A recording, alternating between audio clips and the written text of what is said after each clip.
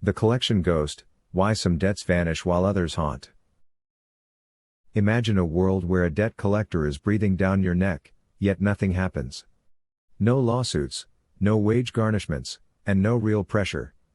You've heard the whispers in the dark corners of the internet, claims that your bills are prepaid or that you should just ignore them entirely. But wait.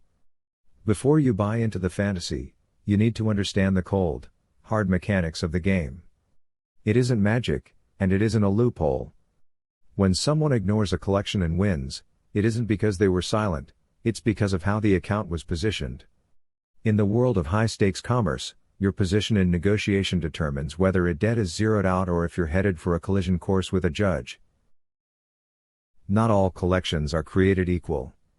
Some are actively enforced with a paper trail a mile long, while others are just sitting in a digital dustbin. A debt collector is, at the end of the day, a business. They have to make a strategic decision: is it worth the cost to chase you?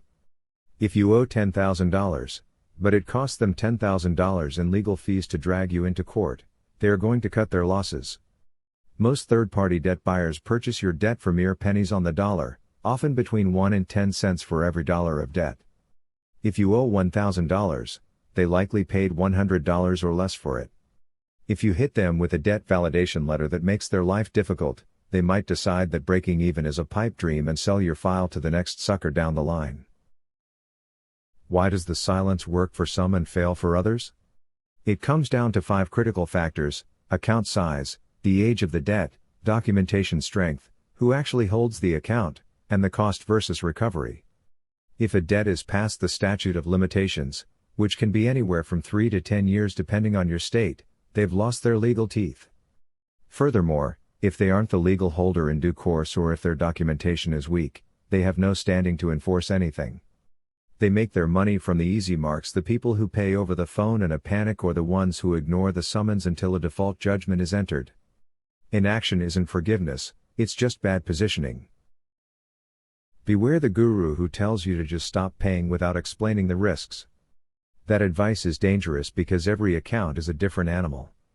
If you copy a strategy without understanding the underlying law, you will fail miserably. The goal isn't to be a sovereign ghost, it's to be an operator who analyzes the enemy's weaknesses. When is the account weakest? Usually at the very beginning, during the transfer of documentation, or within the first 30 days of contact. If you wait months to respond, you've essentially given them a gift-wrapped case of tacit acquiescence. You've allowed them to shift the burden of proof onto you, making it look like you're just trying to waste the court's time. So, instead of reacting like a frightened consumer, you need to observe, understand, and position.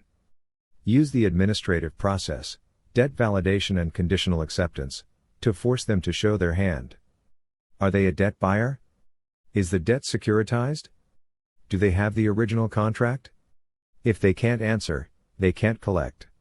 You don't win by copying someone else's success story, you win by understanding the commercial reality that caused it. Whether you choose to settle for a fraction of the amount or fight for a full discharge, do it from a position of strength and knowledge.